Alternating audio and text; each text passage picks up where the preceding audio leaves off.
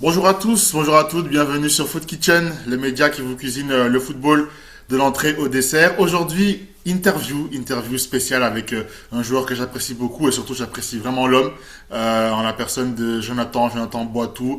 Jonathan, comment tu vas? Ça va, Dieu merci. Et toi? Ouais, ça va, merci beaucoup. Alors là, du coup, t'es en pleine préparation pour la CAN qui arrive bientôt. À l'heure où on enregistre l'émission, la CAN n'a pas encore démarré. Quand l'épisode va sortir, ce sera déjà, il y aura déjà un jour de CAN qui aura démarré parce qu'on va sortir cet épisode lundi. Comment ça va? Comment vous êtes là en groupe avec l'équipe d'Angola là?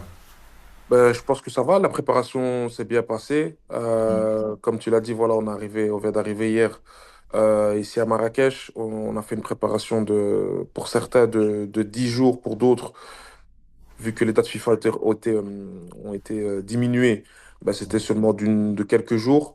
Mais voilà, en résumé, ça s'est très bien passé. Voilà, on a fait une bonne préparation avec une victoire, notamment il y a 2 jours contre le Mozambique, 4-1 comme match de préparation. Donc ça, c'est bon pour la confiance avec beaucoup de goals. Et donc là, on arrivait à Marrakech avec beaucoup d'espérance et en espérant faire une aussi bonne CAN que, si pas mieux que la dernière, quoi. Ouais, justement, on en reparlera de cette canne-là qui a fait rêver beaucoup d'Angolais. J'avoue que même moi, je parlais hier avec plusieurs Angolais hier, parce que je leur disais que j'allais t'interviewer. Ils me croyaient pas, et pourtant, voilà, ils vont voir que c'était bien réel et ils ont été vraiment, bien sûr, éblouis par votre parcours. On en reparlera.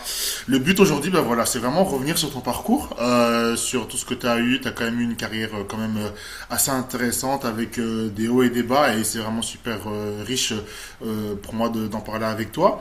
Et j'ai envie forcément de démarrer du début, hein, du fait que Mhm. pour toi, tout démarre un peu au RFC Liège.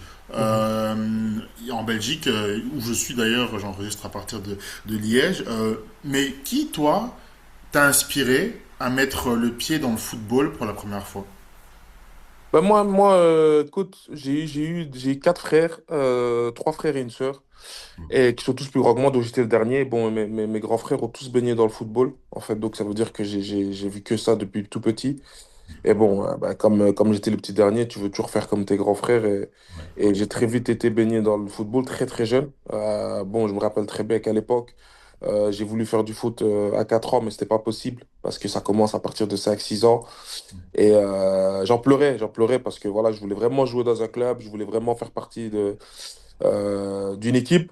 Et ça a commencé très très tôt. Donc, comme je l'ai dit, voilà, j'ai vu mes frères faire du foot et progressivement, c'est quelque chose qui a été naturel pour moi. Dans le sens, ça n'a pas été forcé, quoi. C'est vraiment ce que je me sentais de faire. Et Dieu merci, aujourd'hui, on en est là, quoi. Et ta formation, du coup, elle se poursuit à tes 16 ans.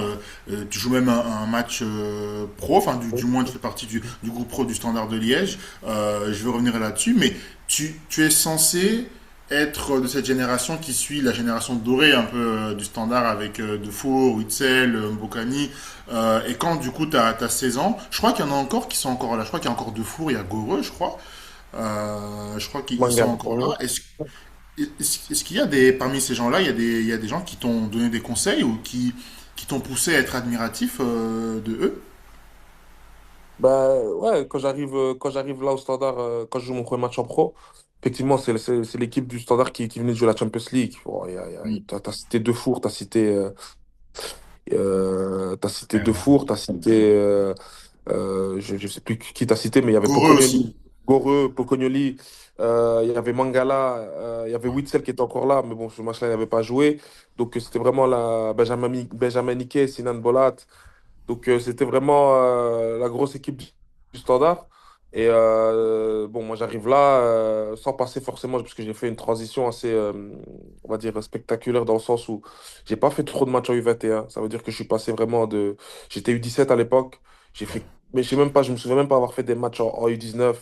À ce moment-là, je suis passé vraiment directement de U17 à U21. J'ai fait trois quatre matchs, même pas titulaire, je pense. Et directement, je suis passé chez les pros. Et donc, la transition était assez énorme, dans le sens où au niveau des exigences, c'est pas les mêmes en U17 qu'en U21, par exemple, et en pro.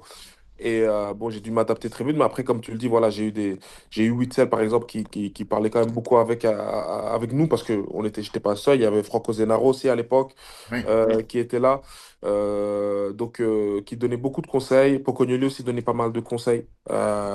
Mangala également, donc franchement, ça aide, parce que voilà, quand tu es jeune, à cet âge-là, bon, t'as pas notion de certaines choses que maintenant, par exemple, que j'ai maintenant avec un certain âge.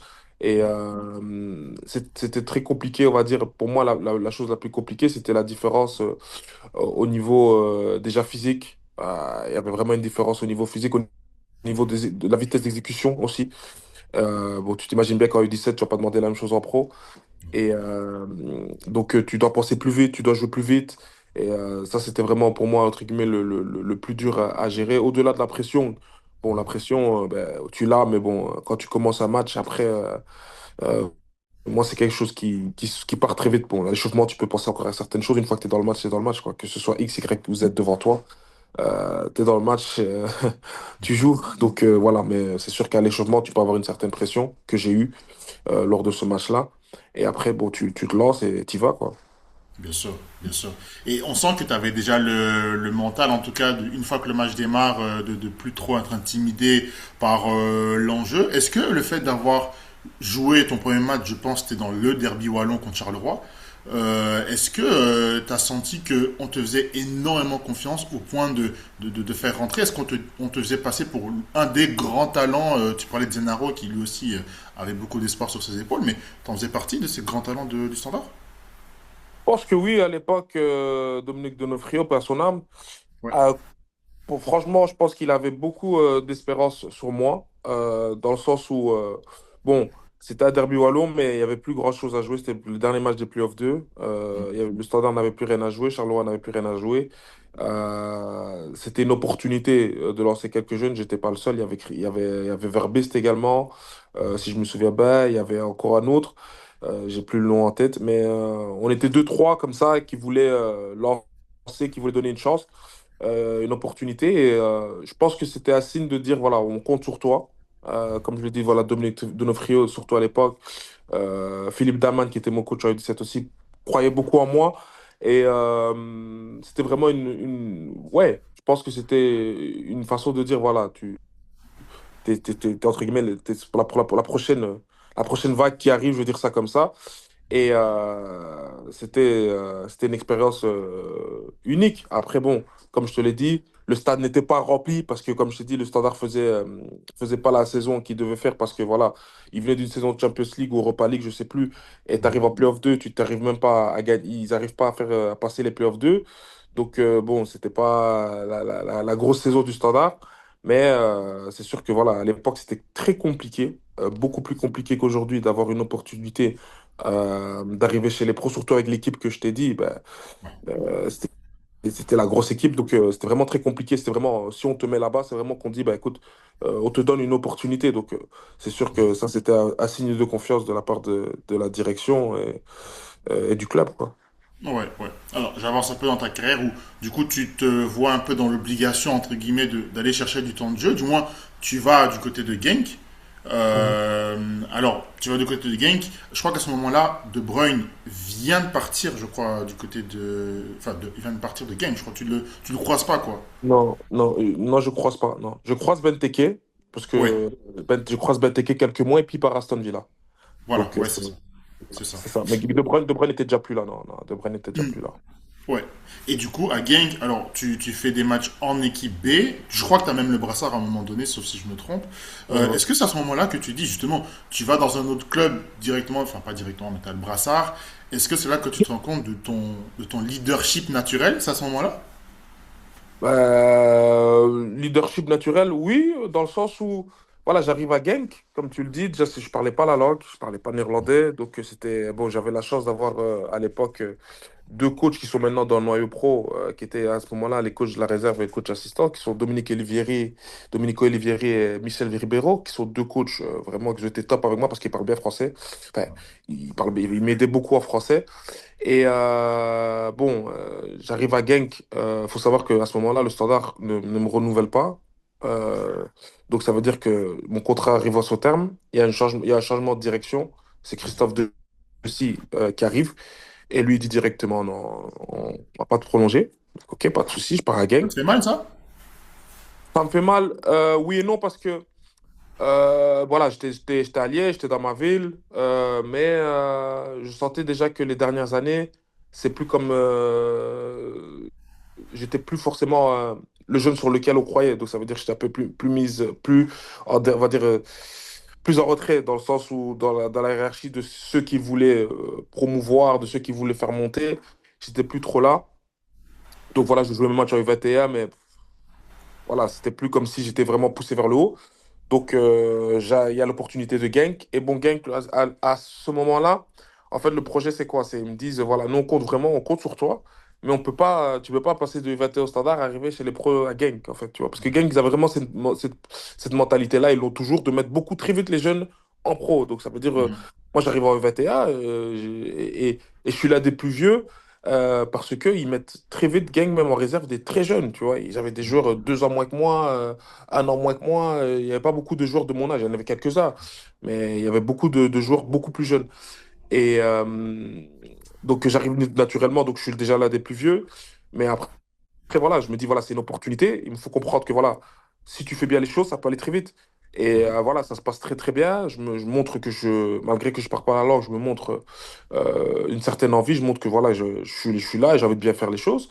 Et Genk, ils avaient la politique de, voilà, ils faisaient ressortir beaucoup de jeunes du noyau pro. Comme je t'ai dit, il y avait beaucoup de jeunes dans le noyau pro, que ce soit Anthony Libombe, Ouais, à ce moment-là, Cibus Cravers, etc. Et bien donc, sûr. la politique chez eux, c'est que bah, si t'es pas du noyau, tu peux pas être capitaine, en gros. Ça veut dire que Ok. si tu t'entraînes pas, c'est pas parce que tu redescends et que t'as un plus gros statut. Donc, c'était souvent les joueurs. Et des fois, je me rappelle même un match, j'étais le seul joueur des U21 à jouer. Ça veut dire que tout le reste, c'était des jeunes du noyau pro qui sont descendus. T'imagines, il y a Et 11 non. et c'était 10 joueurs. Ah, aussi, si, Gang, ils étaient forts pour ça. Parce qu'il y a beaucoup trop il y avait beaucoup trop de jeunes chez les pros qui Mhm. pouvaient jouer encore en U21. Et je me rappelle d'un match, il y avait vraiment tous les jeunes du noyau pro qui sont descendus. Je me souviens pas, je me demande si c'était pas contre, je sais plus contre qui, si c'est pas contre le Standard ou. Enfin, soit.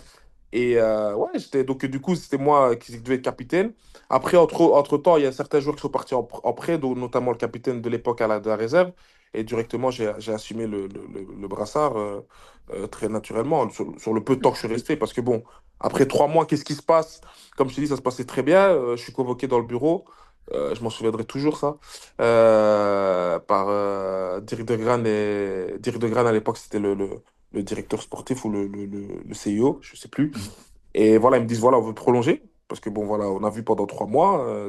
C'est à l'âge de mes 19 ans. 18 ans, 19 ans. Et voilà, il me dit, on veut te prolonger.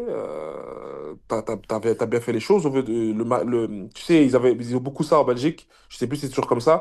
Quand la trêve hivernale arrive, il faut monter beaucoup de jeunes pour aller en stage avec eux. Et Ok. donc voilà, on va te promouvoir. Je m'entraînais déjà avec les pros, faut savoir. Je m'entraînais déjà Ah, quand même pas mal avec les pros de gang de temps en temps. Donc, je m'entraînais quand même pas mal. Pas tout le temps, mais je m'entraînais quand même pas mal. Et voilà, on va te promouvoir, etc. On a vu, etc. À ce moment-là, j'étais encore appelé en U20 de la Belgique.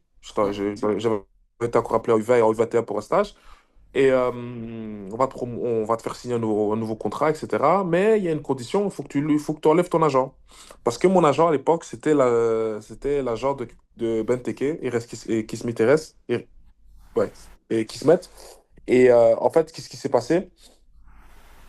C'est que ils ont mêlé les histoires. En fait, Benteke est parti à Aston Villa pour une somme que le gang voulait beaucoup plus. Et moi, j'étais le dommage collatéral, on va dire ça comme ça, dans le sens où on mhm. dit, ben, on ne veut pas négocier avec lui. Voilà, donc on va t'envoyer un agent de chez nous. Et auquel est, tu vois, moi, je suis pas venu, je travaille pas avec lui. Donc, effectivement, un agent qui m'a appelé, je me souviens plus exactement de son nom, qui m'appelle, ouais, voilà, gang, il compte vraiment sur toi, il veut faire un projet avec toi, nanani, nanana. Et donc, non, Kélia, je travaille avec lui, donc ça se fait avec lui. Donc, qu'est-ce qui se passe? J'ai dit, moi, si on négocie pas avec lui, ça va pas se faire. Ok, on va essayer de trouver une solution, mais directement, les négociations, ça a tourné au vinaigre. Ils ont fait une proposition catastrophique. Nous, dans la provocation, on a fait une contre-proposition exagérée également. Et ça s'arrêtait très, très vite là. Et après, voilà. comme il n'y a pas eu les négociations échouées, j'ai vu en fait quand la trêve hivernale est arrivée, qu'en fait ils faisaient monter d'autres jeunes que moi en fait pour aller au stage, tu vois. En fait, ils envoyaient un message pour dire c'est KO quoi, tu vois. Mhm. Ouais, ouais, ouais, ça m'a vraiment fait très mal. Ça, cette partie-là, ça m'a fait mal parce que ils ont mélangé les histoires et je pense que j'aurais pu avoir une histoire complètement différente à Genk, tu vois, parce que Mhm. ça se passait très très bien. Et Genk, tu sais, ils aimaient vraiment bien beaucoup les défenses centrales africaines, tu sais, un peu à la Koulibaly, etc. Ouais. Moi, j'étais à l'époque où Koulibaly était là et on me comparait beaucoup à lui, tu vois, à Koulibaly, etc. Et ouais, c'était dommage, mais bon, j'ai senti directement ça et je suis parti au Bruxelles en prêt. C'est là que je suis parti au WDM en prêt. Justement, j'allais parler de ça. Du coup, comment est-ce que, parce que je regardais ta carrière, je me dis, mais comment ça se fait que l'un des espoirs liégeois, qui part à Genk, un club qui fait confiance aux jeunes, du coup, va au RWDM, comme tu dis, à l'échelon inférieur. Est-ce que du coup il a été forcé? Maintenant tu m'expliques et c'est vrai que je me dis, ouais, purée, c'est fou comment le monde du foot, c'est tellement de choses et d'étapes qu'on ne connaît pas. Parce que c'est vrai que Kismet, c'est un agent ici à Liège qu'on connaît quand même. Et on se dit, mais enfin maintenant que j'entends ça, je me dis, mais purée, ok, je comprends maintenant comment tu as dû, je suppose, partir, pas en urgence, mais du moins chercher une meilleure situation, même si c'était à l'échelon inférieur. Est-ce que ça a mis du doute autour de toi, peut-être pas en toi, mais dans ton entourage, de se dire, mais purée, qu'est-ce qui se passe dans la carrière de Jonathan qui est censé être l'étoile montante en fait du foot belge? Non, clairement. Après, je te dis tout de suite, à refaire, je le refais pas. Parce Ok. que, avec la maturité, tu sais que, voilà, en fait, j'avais signé 1 + 1 à Genk. Ça veut dire que j'avais encore 6 mois. Et j'aurais pu être plus patient dans le sens où me dire, bah, écoute, tu termines ta saison. Et c'est ce que Kismet me disait à l'époque. Ça, il me disait, écoute, attends, termine ta saison, il reste 6 mois. Et bon, tu sais, je voyais que comment je veux dire que je stagnais, j'allais pas progresser beaucoup plus que ça avec la réserve, parce que je voyais que je m'entraînais avec les pros, je voyais que pour progresser, il fallait faire le step, entre guillemets, le pas vers l'avant, qui n'allait pas se passer à Genk à cause de ce que je t'ai dit. Et à ce moment-là, j'ai été bête dans le sens où j'ai manqué de maturité, de patience. Je me suis dit, non, il faut que je sorte, il faut que je joue avec les hommes, il faut que je joue avec les adultes, il faut que je trouve une solution. Et il y a la solution du Bruxelles qui arrive avec tous les investisseurs, etc., qui cherchent des joueurs. Et je me dis, ben, je tente le coup, je prends le risque, tu vois, je prends le risque. Et je me souviens très bien qu'à l'époque, Kismet n'était pas trop chaud pour ça. Honnêtement, il n'était pas trop chaud parce que, bon, tu sais pas dans quoi tu vas mettre les pieds. C'était pas très, comment je veux dire, c'était pas très solide, en fait, tu vois. C'était des nouveaux investisseurs qui arrivaient par l'intermédiaire de John Bico. Bon, moi je me dis, non, je tente le coup, je m'en fous, je veux pas rester là. Je pouvais plus rester là parce que je voyais que c'était bloqué, c'était une certaine injustice en fait. Et je me suis dit, bon, mais avec le recul, maintenant tu me demandes aujourd'hui, j'aurais dû rester. Quand je vois la situation de certains jeunes, je leur dis, écoutez, il faut être patient. Mais quand on est jeune, on n'est pas patient. On veut tout tout de suite, on veut tout directement, alors que sur les 6 mois, peut-être que j'aurais pu continuer à travailler, continuer à être dans un cadre sain, parce que Genk, au niveau des infrastructures, au niveau de l'encadrement, au niveau de l'organisation, c'est l'un des meilleurs clubs en Belgique, mais de très loin. La qualité des entraînements, etc., laisse tomber, même en réserve, tu vois, même chez les jeunes. Mais bon, comme tu avais vraiment ce truc de, voilà, moi j'avais déjà été aussi chez les pros au standard, je me suis dit, non, il faut que je retourne chez les adultes, en fait, parce que sinon je perds du temps. Mais c'est que ça veut dire pas perdre du temps, en fait. Non, tu dois être patient, c'est un processus, ça se passe comme ça maintenant. Mais bon, enfin, soit. Donc, on trouve la solution de Bruxelles. Je pars là-bas et ça se passe très mal. Ça se passe très mal parce que déjà, j'arrive, on me fait comprendre que c'est pour jouer arrière droit. Je suis pas arrière droit. Si tu regardes dessus, tu peux le voir Défenseur directement. central. Je suis défense central. J'arrive, je joue. On me dit, voilà, tu vas jouer un match en réserve pour un peu gagner du temps de jeu, etc. Et je joue le match en réserve arrière droit. Je me dis, mais attends, moi je suis central, tu vois. Il me dit, ouais, mais on a besoin arrière droit, etc. Donc j'arrive, je me dis, écoute, moi le principal, je vais jouer. Donc je joue arrière droit le match en réserve, etc. Et on a un match le week-end, ou le week-end d'après, je crois que c'est contre l'Antwerp, si tu regardes, si tu peux voir sur Transfermarkt, maintenant tu peux tout voir. Je rentre à 5 minutes ou 6 minutes, un truc comme ça, arrière droit. Et je rentre arrière droit, je fais mes 5 minutes. Et ensuite, bah, voilà, ça se passe. au Bruxelles, ça s'est pas très bien passé, même au niveau de l'organisation, etc. Comment j'étais dans le sens. Attention, le groupe était bien. Ça, par contre, top, top, top. Mais bon, voilà, tu sais, j'étais jeune, je devais faire Liège, Bruxelles à chaque fois. D'abord, je suis resté à l'hôtel, et puis au final, il n'y avait plus l'hôtel, et puis enfin, c'était un peu beaucoup de confusion. Donc, j'ai commencé à faire Liège, Bruxelles tout le temps. Et entre-temps, après, je me fais mal. Regarde, écoute, c'est une anecdote exceptionnelle. Je me fais mal chez moi. En fait, je me cogne l'orteil. C'est-à-dire que je me fais une petite entorse à l'orteil. Et j'arrive au club, je dis, punaise, je me suis fait une entorse à l'orteil, trop mal, tu vois. Et je me rappelle le jour, le lendemain, on a congé. Et je dis, écoute, je vais pas venir à Liège-Bruxelles. Tu peux rien faire, tu peux mettre juste de la glace. Je vais pas venir à Liège, je vais pas faire Liège-Bruxelles pour mettre de la glace ici, en fait. Je peux le faire chez moi.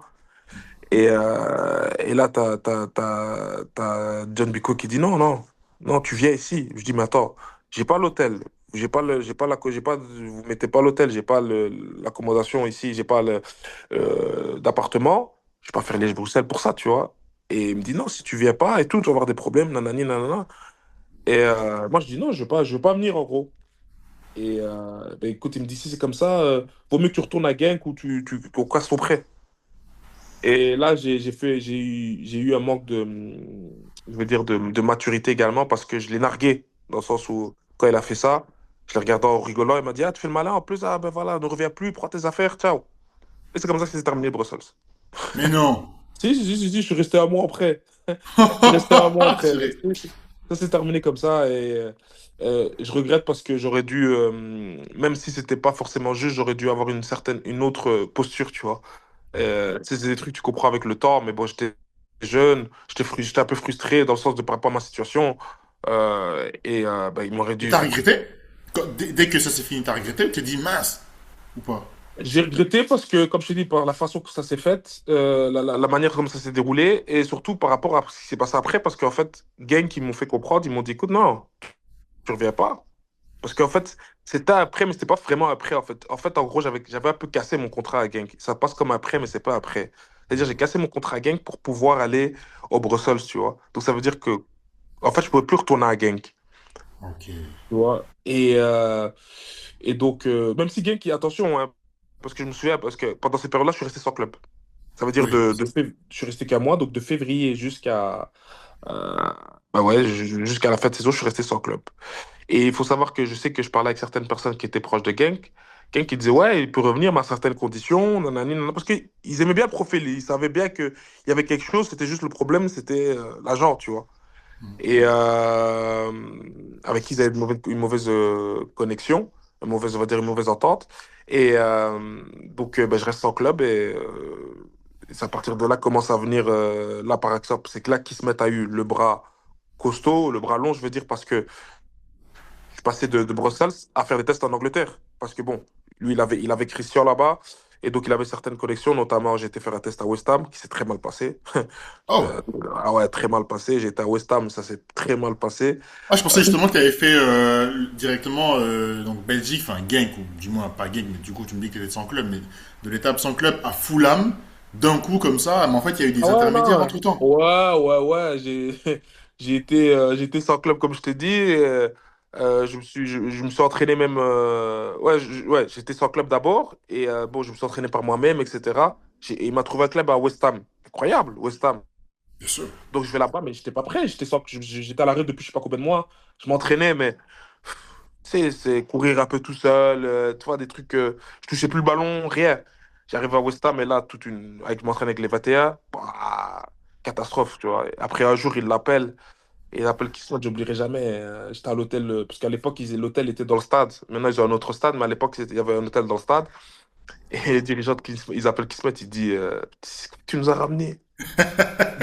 Il nous a ramené là. Tu vois, le catastrophique, la balle, elle arrive, des petits comme ça, des petits, ils arrivaient là, ils me gainaient. Tu vois, Mais non. c'était. Mais si, l'Angleterre, c'est autre chose, c'était autre chose, tu vois, mais j'étais pas prêt. Moi, j'étais pas prêt. Et donc, je termine ma semaine, mais tu te dis bien, je termine ma semaine, mais voilà, ciao, merci, au revoir, tu vois. Et là, je reviens en Belgique, et là, mon frère, qui est maintenant mon agent, il me dit, écoute, on va faire différemment. Tu vois, c'est là que j'ai commencé à faire du CrossFit. Tu vois, j'ai commencé à faire D'accord. du CrossFit. J'ai commencé à m'entraîner à toucher le ballon aussi parce que je touchais plus le ballon. En fait, moi, je suis allé juste courir. Ça fonctionne pas comme ça. Et donc, je m'entraîne pendant. Là, on parle de février-mars. Je retrouve il me retrouve à test à Fulham vers fin de saison. C'était fin de saison, ouais, c'était vers avril-mai. Et entre-temps, bah, comme je te dis, je m'entraîne avec CrossFit à Liège, Jerry, que beaucoup de Liégeois ils connaissent à Arstal. Entre-temps, je m'entraînais avec les U19 de Visé. À l'époque, ils étaient en D2. Incroyable. U19 de Visé. Parce que ben, justement, Philippe Dalman, qui était mon coach au Standard de Liège, on a demandé pour pouvoir s'entraîner à Visé. Mais le problème, c'est que Visé, l'équipe première, à ce moment-là, ils jouaient le maintien. Donc, c'était pas possible de s'entraîner, jouer le maintien. Ils n'avaient pas prendre un joueur juste pour s'entraîner comme ça. Comme je te dis, on était en fin de saison. Donc, il m'a dit, la seule solution que je peux te proposer, c'est de m'entraîner avec les 19. Et j'étais m'entraîner avec les 19 une ou deux fois. Voilà. Je dis, écoute, ben, pas de souci, je le fais. Il faut que je touche le ballon. Donc je le fais et là on trouve Fulham. Et là, ben, différent, tu vois, complètement préparé, tu vois, autre chose, ça se passe bien. Je fais un match de préparation, un match amical avec la réserve, ça se passe très bien, tout colle bien, etc. Mais ils me disent, écoute, on a bien aimé et tout, mais on veut te revoir après saison avec les 21, l'année prochaine.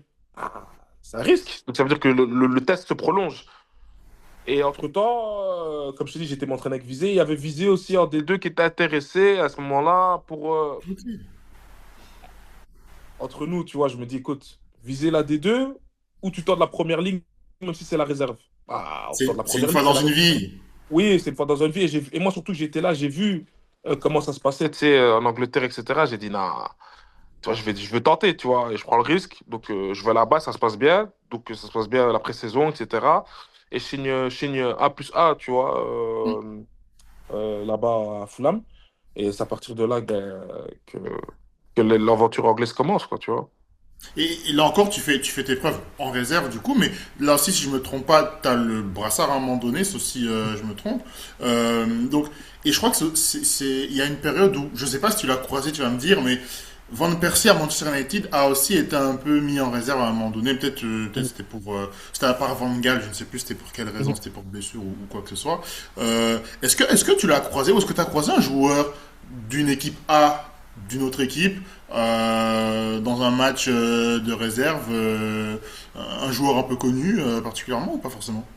Si, si, ben, j'ai croisé Van Persie, j'ai joué contre Van Persie. Ben, Ah c'était à bah son... ça, tu l'as joué. Van Persie, j'avais Januzaj, il y avait Andreas Pereira. Ouais. Quand on a joué contre Manchester, on a joué contre Manchester en réserve, ben, ils avaient mis une équipe quasi de première ligue, tu vois, une équipe qui peut, Ouais. il faut pas tâche à première ligue, tu vois. Et donc, Le ouais, Van niveau était complètement différent. T'avais jamais vu ce Ouais, niveau non, non, non, non, ce match-là, c'était. J'ai appris beaucoup sur ce match-là. Non, c'était terrible, tu vois. Après, j'ai joué aussi contre Chelsea à l'époque. Chelsea, il y avait des Loftus-Cheek, ils avaient Moussonda, ils avaient Jérémy Boga. Chelsea, c'était pas mal. J'ai joué aussi contre l'attaquant qui joue à Tottenham maintenant, Solanke. Ah Moi, ouais, ok. ouais, oui, oui, je les ai connus tous. Parce que à ce moment-là, c'était des jeunes, ils jouaient en réserve. Ah, c'était des cracks, les petits, hein. Ah ouais. Justement, en tant que défenseur, est-ce que tu penses que tu as énormément grandi, même si entre guillemets c'était en réserve, mais est-ce que c'est une des périodes où tu as le plus appris en jouant contre tous ces gens-là? Ouais, ouais, c'est sûr, parce que tu sais, techniquement, c'était vraiment très fort. À contraste, c'était très fort. Après, surtout, j'ai beaucoup appris ces côtes Van Persie parce que, bon, là, c'est vraiment les mouvements d'un attaquant de haut niveau, tu vois. Les appels contre-appels, les appels dans le dos, tu sais, c'est des trucs que tu vois, tu dis, ah ouais, ça se passe comme ça, tu vois, que tu vois le haut niveau. Non, mais si c'est en réserve, attention, il est venu, il joue pas sur la pointe des pieds. Ce match-là, il a marqué doublé ou triplé, doublé, je pense. Et tu vois que le gars, tu vois le niveau, tu vois. Donc, non, non, non, j'ai beaucoup appris, beaucoup, beaucoup appris. Mm, mm. On va revenir sur ta carrière en club, bien sûr, mais je crois que c'est à ce moment-là aussi que tu as ta première sélection, du moins le 3 août 2014, parce on est dans ces zones-là actuellement. 3 août 2014, tu as la chance de ta vie de représenter l'Angola. Est-ce que, étant donné que tu as dit, hein, tu as joué aussi avec les jeunes de la Belgique, est-ce qu'il y a eu une hésitation de ta part de te dire est-ce que je vais quand même tenter l'Angola ou est-ce que j'attends encore On un peu temporise? Non, pas du tout. Dans le sens où, comme je t'ai dit, j'avais été appelé l'année avant avec les 21. Je me souviens très bien qu'à l'époque, je sais plus, j'ai oublié son nom, l'entraîneur adjoint des 21, parce que le coach c'était Oui, Walem. William. Johan Wallem, et le coach des 21, il me dit, le coach adjoint, il me dit, écoute, nous, on aime beaucoup ton profil, etc. Mais le problème, c'est que tu joues pas en pro. Tu vois, il me dit, tous ceux qui jouent en Belgique, maintenant, tu joues pas en pro, tu vas pas en 21. Il faut que tu joues en pro, là, la plupart du temps, quand tu vas en 21. Bah, tous, maintenant. Et à part si tu joues dans des gros clubs, tu Ouais. vois, mais et encore. Et donc, je dis, ouais, mais il faut que tu joues en pro. Et là, directement, on t'appelle parce que tu es vraiment le genre de profil qu'on veut derrière. Nanana, nanana. Et donc, ça aurait pu très bien, parce que l'année d'après, je vais à Beveren et là, je joue en pro. L'année, 2 ans après, mais je suis déjà plus éligible pour les 21. Mais face soit, au-delà de ça, quand l'Angola, ils arrivent, je me pose pas 36 000 questions. En fait, je me dis, écoute, le problème, c'est que tu as des échos, en fait. Tu as des échos de se dire, ouais, le bled, ah, vas-y, c'est pas organisé, ah, c'est chaud, il y a ça qui se passe, c'est ça qui se passe. Et il y a des choses qui sont vraies, tu vois, au niveau de l'organisation, tu vois. C'est une réalité, tu vois. C'est pas toujours carré, carré. Je me dis, vas-y, je veux aller voir par moi-même. Et j'ai pas fait commencer à faire, ouais, non, non, non, non. J'ai dit, ok, vas-y. Ils sont venus vers moi, en fait, par l'intermédiaire d'un gars de ma famille, en fait. C'est comme un cousin. Et c'est lui, en fait, qui a fait entre guillemets, qui était l'intermédiaire parce que ça se passait comme ça. Il y avait un gars qui travaillait avec le coach et qui était un peu limite agent et qui cherchait des joueurs, en fait, en Europe d'origine angolaise, tu vois. Et lui, il le connaissait. Et moi, je le connaissais. C'est comme je te dis, c'est comme un gars de ma famille. D'ailleurs, quand je vais en Angola, il a un hôtel. Maintenant, il a fait un hôtel, il a fait un hôtel restaurant. Et donc, je suis toujours en contact avec lui. Et donc, il fait le lien. Et moi, je me dis, bah, vas-y, bon, écoute, pas de souci, on fait comme ça. Donc, il m'appelle, etc. Et je dis, je vais aller voir. Je vais aller voir par moi-même pour voir comment ça se passe. Effectivement, j'arrive là-bas et je me dis, c'est top, tu vois, l'ambiance et tout ça. Et c'est pas comparable. Les sélections africaines, les sélections européennes, tu peux parler avec beaucoup de gens qui ont fait les deux. Ils vont dire, c'est pas comparable. Il y a un truc différent avec l'Afrique. C'est Ok. différent au niveau de l'ambiance, au niveau de, je sais pas, au niveau, c'est différent. C'est Ouais. différent, tu vois. Et j'ai pas regretté. Directement, quand j'étais, pour moi, c'était fermé. Il y a pas de. C'est un match amical. Donc, tu peux toujours fermer. J'ai Ouais. été, j'ai dit, c'est fini. 20 ans, j'avais 20 ans à l'époque. 20 ans, il peut se passer beaucoup de choses. C'est vrai. Il peut se passer beaucoup de choses. J'étais encore dans un club, dans un très beau club. Il peut se passer encore beaucoup de choses. J'ai dit, non, c'est fermé pour moi. À partir de ce moment-là, à partir où j'ai mis les pieds au bled où j'ai joué, c'est fini. Ouais. Directement, t'as senti Oh, ouais, ouais, ouais, direct. conviction. Conviction directe. Je voulais voir, en fait, parce que je me disais, moi, je te dis, j'ai joué avec la Belgique, mais depuis très. Moi, je regardais les CAN de l'Angola, je regardais les CAN de l'Angola, le mondial 2020, 2006, les CAN, tous les CAN où je regardais à la télé, on regardait à la télé. Donc, c'est pas comme si c'était, ah, de nulle part, tu vois. J'ai Mhm. suivi ça, donc ça veut dire que c'est un truc qui est toujours dans un coin de ta tête. Et je me suis dit, vas-y, je vais voir. Ouais. J'y vais, je vais voir, même si je parle pas portugais, même si j'y vais voir. Ah, je suis tombé, j'ai kiffé, tu vois. J'ai dit non, c'est bon, je sens que mon cœur, c'est ici que je dois être. Enfin, on ferme la porte. Ouais. Ah, donc tu parlais pas encore portugais parce que Ah hier, justement, pour non, préparer l'émission, je t'ai vu dans une interview, tu recoulais le portugais ah non, parfaitement. non, non, non, le C'était pas portugais, encore le cas. non, non, à l'époque, c'était du chinois pour moi, le portugais, tu vois. Et, donc, je l'ai appris, je l'ai appris ben, comme ça, avec la sélection, où c'était compliqué au début, mais entre autres aussi parce que j'ai joué au Portugal pendant longtemps. Maintenant, Bien sûr. ça fait 2 3 ans que je joue au Portugal maintenant, Bien en sûr. cumulé. Donc, c'est comme ça que je l'ai appris. Mais sinon, au début, non. Au début, on était un petit groupe avec notamment Clinton Mata, Dolly Menga. Où on parlait pas. Dolly parlait déjà un peu plus, parlait quand même pas mal portugais. Déjà beaucoup moins, mieux que moi et Clinton. Et ben, on se débrouillait. On avait notre groupe qui parlait français, etc. Tu vois. C'était. Ouais, non, non, c'était marrant, c'était marrant. Mais Ouais. non, à la base, on parlait pas portugais, là. Et comment tu évalues ton match contre l'Éthiopie? Parce que c'était contre l'Éthiopie finalement ce match Ouais. amical-là. Comment tu l'évalues? C'était mieux que ton fameux match raté à West Ham du coup.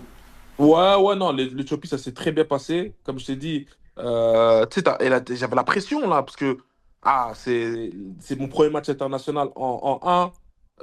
Je me dis, ouf. Tu sais, tu dis toujours, ah, si ça se passe pas bien, et tout ça. Après, je me dis, comme je t'ai dit, au début, tu penses comme ça. Et je me dis, non, pense positif. Et tu te dis, vas-y, en fait, profite, tu vois. Ouais. Et tu sais, le stade, en plus, il y a vraiment le stade n'était pas forcément rempli, mais tu sens que c'est. Moi, pour moi, c'est la première fois que je joue un match en Afrique. Tu vois, Ouais. j'ai joué. Ah, l'ambiance était complètement différente. Pourtant, le stade n'était pas rempli, tu sais. Et le 11 novembre, c'est un stade qui. T'as l'impression, même s'il n'est pas rempli, les gens, ils font grave du bruit, tu vois. Tu l'entends vraiment fort. Et moi, c'est ma première expérience. Ah non, c'était. Tu sais, j'ai donné ma vie ce match. Je me suis dit, c'est match. Ouais, ouais, je me suis dit, faut que tu donnes tout, là. Faut tout montrer. Faut tout laisser. Ouais. Et, ça s'est très bien passé. On a gagné 1-0. J'avais fait un bon match. Tu sais, donc, non, non, non, ça s'est vraiment très bien passé. Et à partir de là, j'ai commencé à enchaîner les sélections, quoi. Ok, bah vraiment top. Et il s'ensuit du coup ton transfert. C'est un peu une période allez, assez bonne pour toi, positive, parce que du coup après, dans ton club, enfin dans ta carrière de club, tu vas signer à Wasland, Beveren. Est-ce que là, on peut dire que tu commences à atteindre ce qu'on appelle le prime, c'est-à-dire là, tu joues beaucoup. On dirait on te fait vraiment confiance. Là, tu es en train d'enchaîner, ça y est, la machine est lancée là? Ouais, non, clairement, Beveren, c'est là où tout comme, on va dire que vraiment ma carrière professionnelle, on va dire, se lance. Parce que bon, entre Beveren et mon premier match au Standard, il se passe 5 ans, tu vois. Ouais. 5 ans, donc 5 ans. Donc entre 5 ans, c'est 5 ans de bataille, 5 ans on lâche pas, ça va bien. Tu sais, 5 ans de lutte. Et Mm. non, clairement, Beveren, c'est là où tout commence, là où je commence à enchaîner les matchs week-end par week-end, et dans un noyau professionnel, clairement pas. Je m'entraîne de temps en temps, tu vois, vraiment, parce qu'à Fulham, moi aussi, je m'entraînais avec les pros de temps en temps, beaucoup. Mm. En réserve, c'était beaucoup réserve, beaucoup de joueurs de la réserve qui allaient là-bas, etc. Et donc, non, clairement, c'est là qu'à Beveren tout se passe, que j'enchaîne les matchs, ça se passe bien pendant 3 ans, hein. On va dire, en résumé très bien. Bon, il y a des périodes où j'ai un peu moins joué, mais bon, sur 3 ans, je pense que je fais une 80 matchs ou 80 matchs, un truc ainsi. Et donc, non, c'était positif, Beveren, clairement. Bien sûr. On le verra et on le voit déjà un peu maintenant, tu as connu beaucoup de clubs. Ça fait que c'est tout un art de pouvoir lier certaines amitiés avec des équipiers qui changent pratiquement chaque année ou tous les 2 ans. Grâce à Transfermarkt, j'ai pu voir que les joueurs avec qui tu as le plus joué, ben justement, c'est des gens de Wasland. Erdine Demir et Ouais. Laurent Jans, Yann. avec qui tu as joué 71 matchs les deux. Et en plus, c'est des partenaires de défense. Donc, du coup, il y en avait un qui était à gauche, je crois, et un qui était à droite. Est-ce que eux, c'est vraiment plus que des coéquipiers pour toi? Ben, après, on s'est un peu perdu de vue, mais par exemple, Lorian, je sais qu'il est retourné à Beveren. Là, actuellement, il joue à Beveren. Il est retourné, il est capitaine. Il a joué au Hmm. Standard aussi. Ouais, il est capitaine là. On était très proches, très proches. On était pas, vu qu'on a joué beaucoup ensemble, même au niveau de nos compagnes, etc. Donc, par exemple, Erdine Demir, moi, j'étais à son mariage Ok. en Suède. Ouais, en Suède, ouais, ouais, ouais. J'étais en mariage, son mariage en Suède. Donc, à l'époque, on avait bon, après, tu sais, dans le foot, tu perds un peu les gens de vue, mais Bien pendant sûr. cette période-là, oui, oui, on a fait beaucoup de choses ensemble. Comme j'ai dit, j'étais à son mariage en Suède. Et voilà, mais après, le foot, c'est ça, le foot, c'est que quand vous jouez ensemble, vous pouvez être beaucoup connecter, connecter, connecter. Après, chacun, après, c'est très rare que tu restes vraiment beaucoup, beaucoup, on va dire, que tu as vraiment des liens très forts avec certains. Ça arrive, attention, il y a certains joueurs avec qui j'ai gardé contact où on se parle vraiment tout le temps. C'est pas que je leur parle pas, c'est qu'on peut parler, mais c'est pas qu'on va se parler très régulièrement, tu vois. Alors que, comme tu dis à l'époque, ben, comme on jouait tout le temps ensemble, tu vois, mais ça reste, c'est des amis, tu vois, mais c'est sûr qu'on n'a Hmm. pas trop contact pour le moment. Bien entendu, je comprends. Mais c'est vraiment top de pouvoir avoir cette relation qui permet même d'aller au mariage de l'autre. Ouais, ouais, C'est ouais, limite très fraternel, quoi. Ça, ouais, j'aime non, bien. non, ouais, tu vas pas au mariage de quelqu'un que t'as pas que c'est juste un collègue comme ça, tu vois. Je veux pas C'est me sûr. marier avec un collègue juste parce que non, faut avoir une certaine relation, donc non, non, c'est sûr. Ouais, ouais, c'est sûr. Par la suite, tu as enfin ton transfert à l'étranger qui fonctionne parce que tu vas à Rio Ave, au Portugal. Et encore là, bah, tu joues. La première saison, tu joues beaucoup. Il se passe quoi du coup à la deuxième saison à Rio Ave? Ben, au fait, j'arrive à Rio Ave, comme tu as dit, tout se passe bien, Portugal, le club familial, le top, top, top. Et c'est là où je commence à développer très bon portugais vraiment de manière. Ouais, là, c'est entre guillemets pendant les 6 mois là que je commence à vraiment apprendre le portugais. Et ça se passe très bien, on fait un très bon début de saison, top, on est dans les 5 premiers. Pour Rio, c'est un top, top club, c'est un top, c'est vraiment très bien, quoi. Et là, ben, du coup, le coach à question, à ce moment-là, il part mi-saison. Ouais, c'est mi-saison. Il part à Reading parce qu'on a des bons résultats. Il part à Reading en Championship. Plus d'argent, meilleur contrat, fait soit. Actuellement, là, il est en Arabie Saoudite. Euh, José Gomez. Et il y a un autre coach qui arrive. Il y a un autre coach qui arrive. Et là, ça se passe, c'est différent. Donc, je joue les deux premiers matchs, je pense. Et puis, il ramène d'autres joueurs, il ramène ses joueurs. Et à partir de là, fin du chapitre, jusqu'à. Je me souviendrai toujours, j'ai rejoué mon dernier match à Rio Ave. Ça, c'est une anecdote que je dois dire. Exceptionnel. Donc, je te dis, je jouais plus. On arrive mars, je pense que c'est mars, un truc comme ça, ouais, dans les environs de mars. Et donc, je te dis, je joue plus, je suis hors groupe, etc. Je m'entraîne, je suis hors groupe. Il y a un match, je me rappellerai toujours, c'est contre Braga. Il joue contre Braga, et moi, je suis hors groupe. Donc, c'est-à-dire, je suis hors groupe, je fais ma vie. Je me rappelle à l'époque, c'était mon ex-femme, on va à Ikea, on va se promener, on va manger, tout ce que tu veux. Et là, je vois le team manager, il m'appelle avec insistance. Et moi, je dis, d'abord, je réponds pas. Et puis, il m'appelle, il m'appelle, il m'appelle. Il me dit, ouais, tu dois venir au match. Et les gens, tu vois, des fois, les gens, ils savent pas qu'ils sont pas d'office, ils se rendent pas compte. Tu dois venir au match. Ouais, il y a le central qui devait jouer, il est blessé. Tu dois venir sur le banc. Donc, ils mettent le central qui est sur le banc titulaire. Toi, tu dois venir sur le banc, puisque moi, je te regroupe.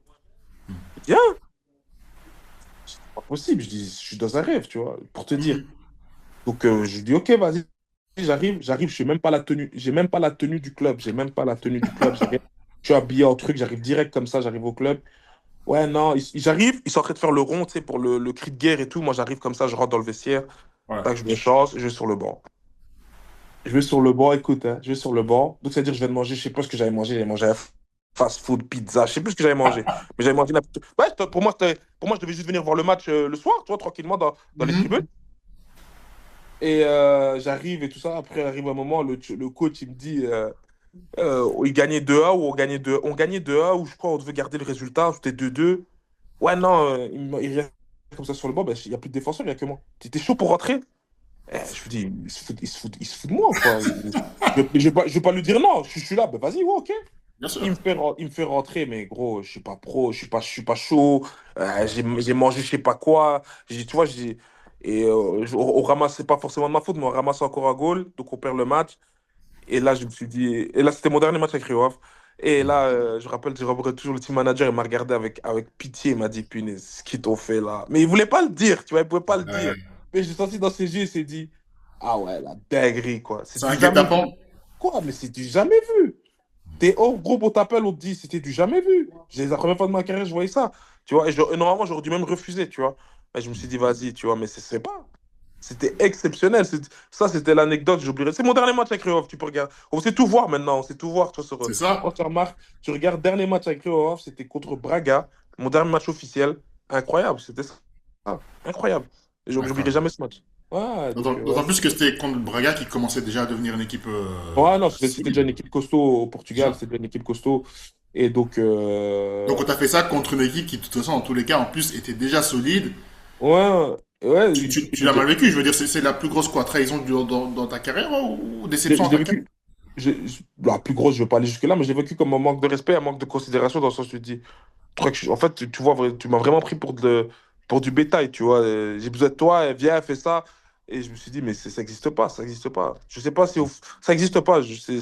Pour moi, c'est une expérience que j'ai vécue et que je me suis dit, vraiment, des fois, il y a des trucs, tu rends pas, si tu le racontes pas, les gens vont pas te croire.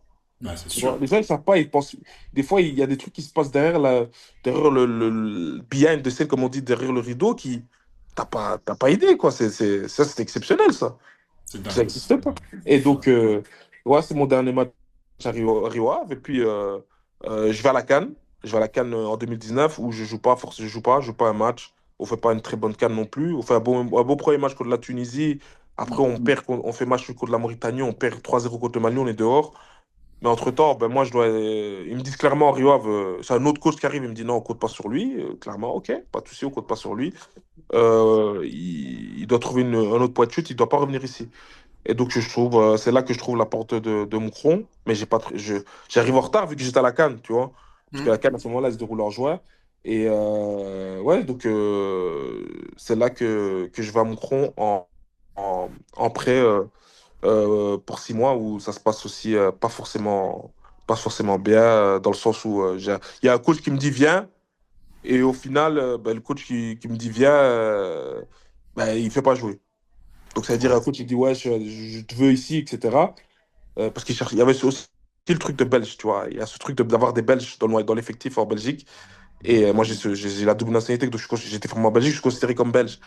Et ouais, non, donc il me dit viens, etc. Et en fait, je comprends que en fait, c'était pas forcément, c'était plus pour une histoire de belge qu'autre chose, tu vois. Donc, ouais, ouais, non, donc j'arrive là, Choco, le coach, il me voulait. Choco, moi, je suis un fou, moi. Le coach, il me voulait. Et finalement, je joue pas. Pendant les 6 mois, je suis rentré 2 fois. Et 2 fois, je suis rentré une fois, je suis rentré pour garder le score à la 90e, à la 90e, contre Genk, je m'en souviens bien. Et une fois, je suis rentré comme attaquant contre Malines. Mais On devait non. marquer. Si, j'ai joué 2 matchs. En plus, maintenant, sur Transfermarkt, tu peux tout vérifier. J'ai rentré deux matchs. Une contre Malines à l'extérieur, je me rappelle. On devait marquer, on a marqué en plus. Donc, il m'a dit, il n'y a pas d'attaquant sur le banc, il n'y a plus d'attaquant. Il m'a dit, ah, toi, t'es grand et tout, vas-y, je te mets devant. Hmm. Laisse tomber, c'était une dinguerie. Et donc, qu'est-ce qui se passe? Ce coach-là, donc c'était ce coach-là. Et je casse mon prêt. Je retourne au Portugal, à Aves, au Desportivo das Aves. Mais là, il était dernier quand j'arrive, donc je savais très bien que ça allait être compliqué. Mais il y avait des problèmes de paiement. Tu vois, on n'était pas payé, c'était pas payé depuis quelques mois. Donc moi, j'arrive là-bas, mais je suis prêté. Je me dis, moi, je veux juste gagner du temps de jeu pour terminer la saison en juin, tu vois. Hmm, Donc hmm. je pars 6 mois. Et ouais, ça se passe au début. Au début, j'ai un problème parce que je suis pas qualifié directement. Après, je suis qualifié, j'enchaîne les matchs. Après, il y a le Covid. Hmm. Avec le Covid, on ne sait pas si on va reprendre, etc. Moi, je reste au Portugal du coup, parce qu'à ce moment-là, au début du Covid, on ne pouvait pas voyager, etc. Ok. Donc au final, ben, le Portugal, c'est le seul championnat qui continue, qui reprend le championnat. Tout le reste, ça s'arrête. Il y a que le Portugal, je pense, qui continue à jouer. Je ne sais pas pourquoi d'ailleurs. Et bon, mais il y a des problèmes de paiement. On n'était pas payé depuis 2, 3 mois. Et bon, tu étais déjà dernier. C'était compliqué, tu vois. Mais bon, voilà, ça s'est terminé comme ça. Donc, et moi, voilà, j'ai fait comme, je pense, j'ai fait quelques bons matchs. Et de là, j'ai signé à Saint-Tron, Hmm. tu vois. C'est à partir de là que j'arrive à Saint-Tron, en fait. Ouais, c'est ça. Par gain de temps, voilà, je vais même accélérer un peu pour aller du côté de Valenciennes, parce qu'à un moment donné, tu Mhm. signes à Valenciennes. Ouais. Euh, on est en 2022-2023, et je sais que la communauté de notre chaîne, bah, elle est très française, donc du coup, elle est très intéressée sûrement par ton Mhm. parcours là-bas, d'autant plus que toi, en tant que, voilà, tu as été souvent capitaine, et là, pour le coup, ton capitaine, c'est un certain Mathieu Debuchy. Mhm. Comment il était, Debuchy, en tant que capitaine? Ah, top gars, top joueur, top professionnel. Franchement, y a rien à dire. L'expérience à revendre, Ouais. franchement, c'était l'exemple, vraiment l'exemple que les jeunes ils devraient voir tous les jours, quoi. Ah, mais de loin. Et tu Ok. comprends sa longévité. Bon, après, il était repassé, avec l'âge, il était repassé plus dans l'axe. Hmm. Que moi, j'ai joué pas mal de matchs avec lui dans l'axe. Et franchement, Ok. c'était un régal parce que c'est un top gars.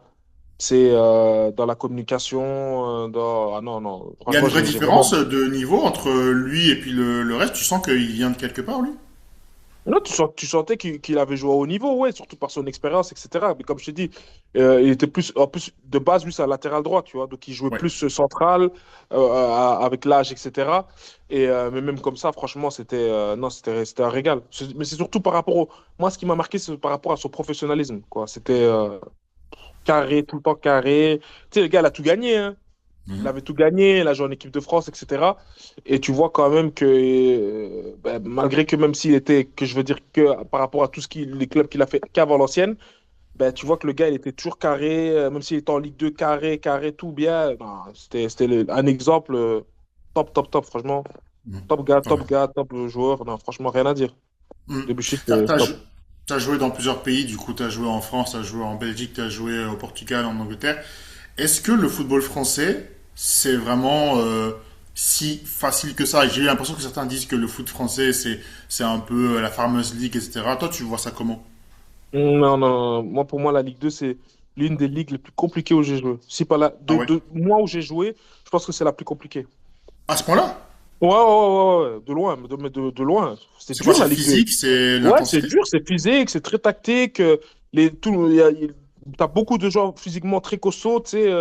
Non, non, non, c'était compliqué. C'est compliqué la Ligue 2. Moi, franchement, honnêtement, avant de signer en Ligue 2, moi, je me disais toujours, parce que j'ai joué avec beaucoup de Français en Belgique, et beaucoup qui sont passés par la Ligue 2 notamment, et qui me disaient toujours que, ben non, je disais toujours la Ligue 2, c'est compliqué. Même eux, ils disent la Ligue 2, c'est compliqué. Beaucoup viennent se réfugier en Belgique et ils font des carrières de fou après en Belgique et ils se lancent comme ça en Belgique parce que la Ligue 2, c'est très compliqué. Et moi, je me D'accord. disais toujours, ah ouais, non, j'ai pas envie d'aller en Ligue 2. Et au final, ben, l'opportunité s'est ouverte. Et attention, la Ligue 2, c'est dans le sens que je dis que j'ai pas envie d'aller, c'est dans le sens parce que c'est dur, justement, tu vois. Hmm. C'est vraiment dur, c'est vraiment. C'est intense, c'est physique, c'est combat, tu vois.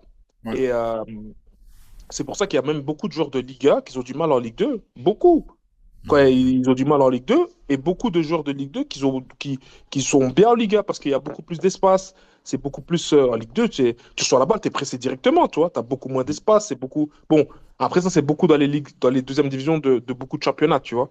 Mais la Ouais. Ligue 2, pour moi, c'était beaucoup plus prononcé. Franchement, c'était dur. Ah ouais, c'est une ligue dure. C'est pas facile, hein. Pas facile Ok. la Ligue 2. Ah ok, intéressant. Bah, c'est bien que tu puisses en parler justement, parce que ça peut briser enfin les clichés qu'on peut avoir des fois sur ce championnat-là. Je disais 2023, c'est aussi l'année où du coup tu joues la fameuse CAN avec l'Angola du côté de la Côte d'Ivoire, il me semble. C'est 2023 ça ou 2020? Oui, 2024, 2024. 2024, pardon, 2024, excuse-moi. La fameuse CAN en Côte d'Ivoire, tu joues tous les matchs cette fois. Mhm. Vous Non, vous arrêtez il y a juste un match, je joue pas. de poule, Contre le Burkina Faso, ouais. On était c'est déjà ça. qualifié contre le Burkina Faso. Voilà, Dodo, t'es vraiment dans la peau du titulaire en défense. Mhm. Et puis, bah, du coup, en huitième, du coup, vous jouez contre le Nigeria. Le En parcours quart, en s'arrête. quart, En quart, en quart. excuse-moi, le parcours s'arrête sur le score d'un zéro. Euh, Est-ce que dans le peuple angolais, il y a d'abord de la fierté, de la joie, parce que du coup, c'est un parcours que vous, voilà, c'est vraiment historique pour vous, ou est-ce qu'il y a quand même ce côté de, il y avait moyen de faire mieux, parce que honnêtement, en vous voyant jouer, j'avais l'impression qu'il y avait peut-être moyen d'aller chercher encore un truc en plus. Mais je pense qu'on a, je pense qu'on peut déjà être fier de ce qu'on a accompli, parce que de base, on nous attendait pas jusque-là, de un. Je pense qu'on a déjà dépassé les attentes durant cette CAN. Et après, c'est sûr que bon, si tu regardes même le match par rapport au Nigeria, tu sais, on a aussi des opportunités de marquer, tu sais, Ouais. ça aurait pu, mais si tu vas pas là, tu as beaucoup de sites, tu vois, donc, C'est vrai. mais je pense que on a tiré quand même très proche du max, du max. Après, tu peux toujours faire mieux, on pouvait faire mieux, c'est peut-être vrai, mais je pense on avait déjà fait pas mal par rapport à ce que, d'où on venait, tu sais. Mhm. On venait de pas participer à la CAN 2021. La CAN 2019, comme j'ai dit, c'était pas top. Et avant ça, on n'était plus allé à la CAN avant je sais pas combien d'années. Je crois que ça faisait 6 ans avant la CAN 2019 qu'on n'avait plus été à la CAN. Donc, je pense qu'il y a eu il y a une certaine progression. Après, c'est sûr que on aurait espéré mieux, surtout au vu du match du Nigeria. Je pense qu'on a fait un bon match. Ouais. Euh, Franchement, le Nigeria, ils ont dit franchement, chapeau, vous avez une bonne équipe. C'est un Mhm. des matchs les plus difficiles qu'on a eu jusque maintenant. Donc, Mhm. par rapport au finaliste de la dernière CAN qui dit ça, donc ça montre que tu as t'as quand même bien fait les choses. Et, mais c'est sûr que franchement, il n'y a pas trop de regrets par rapport à cette CAN-là. Juste que voilà, la balle n'a pas voulu rentrer sur certaines actions contre le Nigeria, mais je pense on a beaucoup donné. Maintenant, c'est le but, c'est de maintenant dans cette CAN, c'est de pas se dire ouais, on a bien fait et bon, ça s'arrête là. C'était un coup de chance, tu vois. Ouais. C'est par hasard, tu vois. Non, Mhm. maintenant le but ici, c'est de confirmer et c'est toujours, elle est là la difficulté, c'est de faire aussi bien et plus Ouais. pour dire non. En fait, c'est vraiment, ils sont dans un processus ils sont en train de grandir, quoi. Exactement. Et c'est vraiment tout ce qu'on souhaite au parlant cache négrache. Je le dis avec le Mhm. sang, l'accent, et voilà. Justement, par rapport à cette sélection-là, parlons un peu de ce match-là que vous avez eu récemment contre l'Argentine. Où on te voit justement jouer encore une fois en défense centrale contre forcément Lionel Messi. Mhm. C'était comment d'affronter ces joueurs-là en question qui sont quand même champions du monde et forcément Messi quoi. Ben, franchement, non, non. C'était déjà, ben, c'était une fameuse. expérience au niveau du fait que bah, tu joues contre l'un des meilleurs joueurs du monde, mais après, l'Argentine, c'est l'équipe championne du monde en titre. Donc, Hmm. au-delà de Messi, ils ont une équipe de qualité, mais exceptionnelle. Mais après, Messi, c'est extraterrestre. Ah, mais Messi, c'est du jamais vu. Moi, j'ai jamais vu Ouais. ça, moi. Ah, Messi qui a quand même 30 ans, même au-delà, il est toujours aussi ah chaud. ouais, mais non.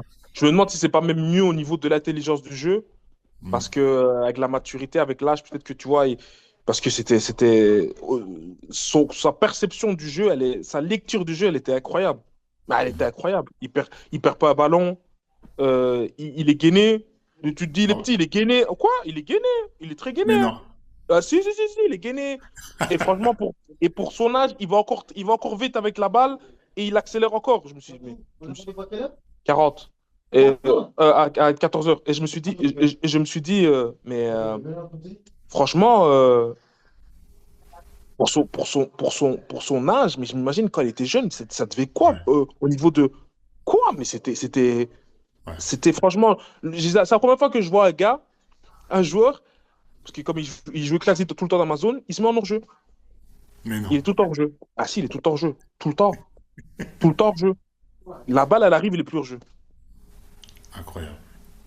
C'était Et incroyable. pour un mec athlétique comme toi, un mec qui est très athlétique, est-ce que il t'a posé même des difficultés sur le plan athlétique, justement, Lionel Messi, sur le match? Est-ce Ben, qu'au bout du ben, match? oui, parce que dans le sens où il est très intelligent, ça veut dire que peut-être que athlétiquement, je suis beaucoup plus fort que lui, Hmm. mais il sait comment se positionner sur court. Ça veut dire il est super intelligent. Ok. Super intelligent. Le mec, je te dis, il faisait en sorte de se faire chaque fois oublier. Ça veut dire que toi, moi, j'étais intrigué parce que c'est la première fois que je vois ça. Je vois un mec, donc tu as la ligne défensive qui est haute et lui il est derrière la ligne défensive. Et il marche, hein. Attention, il marche tout le match, hein. Il marche tout le temps. Ça, on le voit. Il Ça, marche. Il marche tout le temps, mais dès que la balle elle arrive, il défend pas très beaucoup. Par contre, des fois, il fait le petit pressing vite fait, et puis la ouais, balle elle passe, il marche. ouais. Mais dès que la balle elle arrive, ouais, c'est exceptionnel. Et les Argentins, je pense que ça doit être comme ça doit être comme ça partout où il a joué, à part peut-être le PSG. Il joue que pour lui, ça veut dire que tu vois vraiment qu'il y a cette recherche quand il récupère la balle ou quand ils ont la balle, de trouver Messi. Ok. Tu vois, directement. Ouais, ouais, tous les jours, ils veulent trouver Messi, trouver Messi, trouver Messi. C'est vraiment le poids, le poids d'ancrage, je veux dire ça comme ça. Hmm. Le poids d'appui. Quand il y a une transition, quand ça veut jouer vers l'avant, c'est directement, il cherche Messi. Et lui, Hmm. maintenant, c'était un régal. Ah, le On gars. peut, Et je me dis, on c'est peut, c'est un match amical. on peut dire que c'est l'adversaire individuellement qui a été le plus coriace pour toi dans ta carrière ou Non, ouais, non, non, non, de loin. Ouais, ouais, ouais. de loin. Franchement, au niveau, il faut le comprendre en fait pour jouer. Il faut comprendre parce que tu sais, tu le vois à la télé, Hmm. tu vois les matchs à la télé, c'est pas la même chose. Quand tu joues contre le gars, c'est là que tu comprends. Ah ouais, tu vois, les gens qui connaissent le foot, ils vont dire ah ouais non, lui, il comprend le foot. C'était n'importe quoi. C'était n'importe quoi. La balle, elle arrive. En plus, les terrains, c'est pas des terrains forcément d'Europe ou des galettes. Tu sais. Notre terrain, franchement, par rapport en Angola. On a un bon terrain pour l'Afrique, franchement, on a un bon terrain, mais c'est pas non plus le Camp Nou, tu vois. Mais c'est un bon Hmm. terrain. Ça veut dire que des fois, ça peut quand même rebondir, tu sais, ça arrive. Mais Ouais. c'est franchement pour l'Afrique, on a un bon terrain. Non, franchement, on a un bon terrain. Et tu vois, la balle, elle revient, elle monte, tac, il la contrôle. Il perd pas un ballon. Il perd pas un ballon, Messi. Wow. Il perd pas un ballon. Ah bah. Ah bah. Au moins, t'auras ça dans ton CV, tu l'as affronté. Du coup, ça, c'est un souvenir qui restera forcément gravé à jamais, Ouais, surtout non, c'est sûr, ça. pour C'est ton une pays. expérience unique, tu vois. Et justement, par rapport encore à l'Angola, on arrive vers la fin. Tu voudrais qu'on retienne quoi de toi en Angola? Quel souvenir tu voudrais qu'on garde de toi? Je sais que tu es un homme de foi aussi, Mhm. très pieux, etc. Au final, tu voudrais qu'on retienne quelle valeur de toi, tant en Angola que ailleurs? Ben déjà, au-delà du joueur, tu vois, au-delà des trophées, au-delà, ça, c'est des trucs passagers, tu vois. Hmm, Moi, j'aimerais bien qu'on retienne de moi quelqu'un qui a toujours, on va dire, donné tout, tu vois, qui a hmm, toujours donné tout sur le terrain. Au-delà de ça, mais même au niveau de la personne, qu'on retienne l'homme, tu vois. L'homme hmm, que j'ai été, euh, ma manière d'être, tu vois. C'est surtout ça qui compte au-delà de, ouais, il a gagné ça, il a fait ça pour l'Angola, tu vois. J'aimerais bien qu'on hmm, retienne l'homme qui était Jonathan, ce que j'ai, comment je me suis comporté avec les gens, tu vois, hmm. j'ai été avec mon entourage, tu vois, comment j'étais. C'est plus ça pour moi qui va avoir du poids.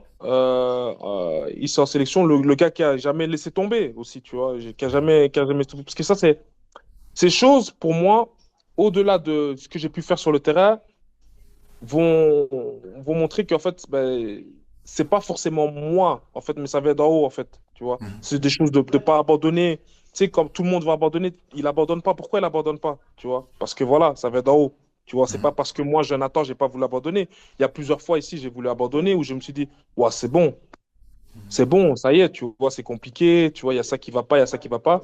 Et au final, comme tu as dit, il y a toujours la foi qui te dit, ben non, sois différent, tu vois, fais les choses Mhm. différemment. Et c'est ça qui peut, on va dire, toucher les personnes, tu vois. Parce que lui, Ouais. il est différent. Ou peut-être certains auraient abandonné, ou peut-être tout le monde. Lui, il abandonne pas. Pourquoi il abandonne pas? Parce qu'il y a quelque chose de différent, lui. Et c'est ça que je veux montrer, en fait. Tu vois, directement, comme tu as parlé deux fois par rapport à ma foi en Jésus-Christ, tu vois. C'est ça, en Mhm. fait, le but, que c'est sur ça qu'il soit vu. Si Mhm. ça c'est vu, le reste, les trophées, tout ça, les trophées, on n'a pas gagné 36 000 trophées, tu vois. Mais je veux dire, le fait que j'ai joué autant de matchs, que j'ai fait ça, ces choses-là, ça passe, tu vois. Mais juste, comme je t'ai dit, le fait que le gars, il a jamais abandonné, il a toujours donné le meilleur et au-delà de ça, la personne, tu vois. Ouais, bah, je te remercie vraiment, Jonathan, parce que ça clôture un peu ce bel échange qu'on a eu. Et je te remercie encore parce que on le rappelle, tu es à Marrakech, donc tu te prépares Ouais. la CAN. Et c'est vrai que là, tu clôtures avec des valeurs vraiment top. J'espère que tu as pris plaisir à pouvoir reparcourir en Ouais. fait ton propre parcours avec moi, parce que c'est vrai que même moi, je n'étais pas au courant. C'est vrai qu'on regarde sur Transfermarkt, on voit sur Wikipédia, on voit ta biographie, mais on n'est pas au courant en fait des petites choses. Tu sais, t'as me parlé, ça me marque encore l'anecdote de ton match contre Braga, Ouais, honnêtement. Rio, ouais, c'est ça, c'est le dernier match de Rio. Ça m'est sorti, ça m'est ressorti là parce qu'on en a parlé. Mais tu peux regarder, c'est le dernier match de Rio officiel. C'est C'est comme ça que incroyable. ça s'est passé. J'étais en train de me promener, je me souviens comme si c'était hier. Je me promenais au shopping, je rentrais vers chez moi, je vois l'appel du team manager. Vraiment, comme ça. Je me dis, mais pourquoi il m'appelle maintenant? Ils sont en match, tu vois. Et il insiste. Parce que d'abord, je réponds pas. Puis il me rappelle. Je rappelle, je dis, allô? Ouais, là, c'est. À partir de là, c'est un film. C'est un film. Viens, non, viens. Ouais, c'était C'est incroyable. exceptionnel, ça. Voilà, tu vois, comme quoi, c'est intéressant d'avoir certaines interviews comme ça. Parce que des trucs comme ça arrive très souvent. Il y a Ouais. beaucoup de choses comme ça qui sont derrière. Et que si tu demandes pas, les gens vont se dire, bon, tu vois, tu regardes, c'est juste son dernier match. Mais ces derniers matchs, comment il s'est passé? Ouais. Ouais, Tu vois? clairement. Clairement, Donc c'est. clairement. Franchement, c'est fou. En tout cas, merci beaucoup, Jonathan. Le concept aussi de cette émission, c'est de laisser un peu le joueur qui a été interviewé un peu décider de qui pourrait être le prochain joueur à être interviewé. Ouais. S'il fallait qu'il y ait quelqu'un qui a joué avec toi, un équipier, que ce soit en sélection ou en club, qui devrait aussi se livrer un peu comme ça dans ce genre de concept, tu voudrais que ce soit qui? Oh, je voudrais que ce soit qui? Qui soit ici à la CAN ou qui, qui, rien qui, à voir? est- qui était un équipier avec toi un jour, en tout cas, que ce soit en sélection ou en club. Qui a été coéquipier avec moi. Oh. Oh, là, tu me prends par surprise, là. Oh là là. T'as connu Euh, beaucoup de gens, c'est vrai. ouais, j'ai connu pas mal de joueurs. Et j'ai joué avec pas mal de joueurs aussi. Après, il y a des joueurs qui sont vraiment, il y a des histoires intéressantes, tu vois. Donc, je suis en train de réfléchir, je suis en train de réfléchir, je suis en train de réfléchir. Euh, Et qui joue encore, hein. On parle de quelqu'un qui joue encore, hein. Ouais, même pas forcément, hein. Euh, Ouais, je pourrais. Peut-être, j'aimerais bien pas. Michi Batshuayi serait pas mal. Si tu arrives à l'avoir, franchement, ce serait pas mal. Ok, t'as joué avec lui. Ah oui, c'est vrai Ouais, que je joue avec lui. J'étais génération formé du avec standard, lui. c'est Ouais, vrai. j'étais formé avec lui. Ce serait pas mal. C'est vrai, c'est vrai, c'est vrai. Bah écoute, on va tenter, on va tester. Ouais, On sait jamais, on sait notre jamais. tête Bon, fait passer, donc voilà. Si t'arrives, ce serait pas mal. Il a une belle histoire aussi, je pense. Il vient ouais, de très loin, j'ai un peu accompagné le début, donc je pense que ça peut être très intéressant, tu vois. ouais, bien sûr. C'est vrai qu'il y a quand même pas mal de joueurs qui ont vécu beaucoup de Ouais. choses. notamment dans la génération du standard. Mais en tout cas, on l'a eu avec toi. C'est déjà une immense victoire pour notre chaîne et je te remercie beaucoup, Jonathan, pour ton temps et bien sûr beaucoup de courage, beaucoup de prospérité pour la suite, tant pour ta carrière et pour la suite de ta Merci. vie. Hein. Donc voilà, un tout grand merci en tout cas et à la Pas de prochaine souci. peut-être, qui sait. À la prochaine, peut-être, ouais. Avec plaisir, avec plaisir. Merci beaucoup, Jonathan. On se tient au courant. Ciao, ciao. Ouais, exactement. Salut, merci. Allez.